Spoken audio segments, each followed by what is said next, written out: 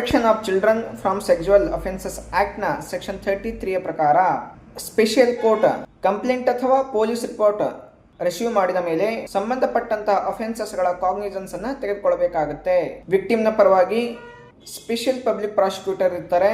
ಅವರ ಜೊತೆ ಅಕ್ಯೂಸ್ ನ ಕೌನ್ಸಿಲ್ ಡಿಸ್ಕಸ್ ಮಾಡಿ ಎಕ್ಸಾಮಿನೇಷನ್ ಇನ್ ಚೀಫ್ ಅಥವಾ ಕ್ರಾಸ್ ಎಕ್ಸಾಮಿನೇಷನ್ ಅಥವಾ ರೀ ಎಕ್ಸಾಮಿನೇಷನ್ ನ ಸಮಯದಲ್ಲಿ ಆ ಮಗುವಿಗೆ ಯಾವ ರೀತಿಯ ಪ್ರಶ್ನೆಗಳನ್ನ ಕೇಳಬೇಕು ಅನ್ನೋದನ್ನ ಡಿಸ್ಕಸ್ ಮಾಡ್ತಾರೆ. ಮತ್ತು ನೆಸೆಸರಿ ಇದ್ದಾಗ ಮಗುವಿಗೆ ಈ ಪ್ರಶ್ನೆಗಳನ್ನ ಕೇಳುವ ಸಂದರ್ಭದಲ್ಲಿ ಬ್ರೇಕ್ ಗಳನ್ನ ಕೊಡಬೇಕು, ಅಂದ್ರೆ ಫ್ರೀಕ್ವೆಂಟ್ ಬ್ರೇಕ್ ಗಳನ್ನ ಕೊಡಬೇಕು. ಅಲ್ಲಿ ಚೈಲ್ಡ್ ಫ್ರೆಂಡ್ಲಿ ಎನ್ವಿರಾನ್ಮೆಂಟ್ ಇರಬೇಕು, ಅಟ್ಮಾಸ್ಫಿಯರ್ ಇರಬೇಕು. ಮಗುವಿನ ಜೊತೆ ಮಗು ಯಾರ ಮೇಲೆ ಟ್ರಸ್ಟ್ ಮಾಡುತ್ತೋ ಆ ವ್ಯಕ್ತಿ ಇರಬೇಕು. ಮಗುವನ್ನ ಟೆಸ್ಟಿಫೈ ಮಾಡೋ ಸಲುವಾಗಿ ಪದೇ ಪದೇ ಕೋರ್ಟ್ಗೆ ಕರಿಬಾರ್ದು. ಅಗ್ರೆಸಿವ್ ಕ್ವಶನ್ಸ್ ಅಥವಾ ಕ್ಯಾರೆಕ್ಟರ್ ಅಸಾಸಿನೇಷನ್ ಮಾಡುವಂತ ಕ್ವಶನ್ಸ್ ಗಳನ್ನ ಕೇಳಬಾರ್ದು. ಮಗುವಿನ ಐಡೆಂಟಿಫೈ ಅನ್ನ ರಿವೀಲ್ ಮಾಡಬಾರ್ದು. ರಿವೀಲ್ ಮಾಡಿದ್ರು ಕೂಡ ಆ ಮಗುವಿನ ಇಂಟ್ರೆಸ್ಟ್ ಅನ್ನ ನೋಡಿಕೊಂಡು ರಿವೀಲ್ ಮಾಡಬೇಕು.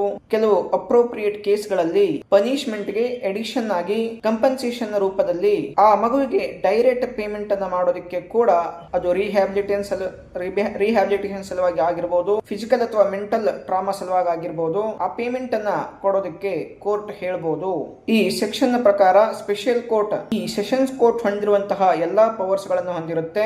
ಸೆಷನ್ಸ್ ಕೋರ್ಟ್ ಯಾವ ಒಂದು ಪ್ರೊಸೀಜರ್ ಅನ್ನ ಫಾಲೋ ಮಾಡುತ್ತೆ ಅದನ್ನ ಫಾಲೋ ಮಾಡಿಕೊಂಡು ಈ ಕೋರ್ಟ್ ಆ ಕೇಸ್ ನ ವಿಚಾರಣೆಯನ್ನ ನಡೆಸಬಹುದು, ಕೇಸ್ ನ ಟ್ರಯಲ್ ಅನ್ನ ನಡೆಸಬಹುದು.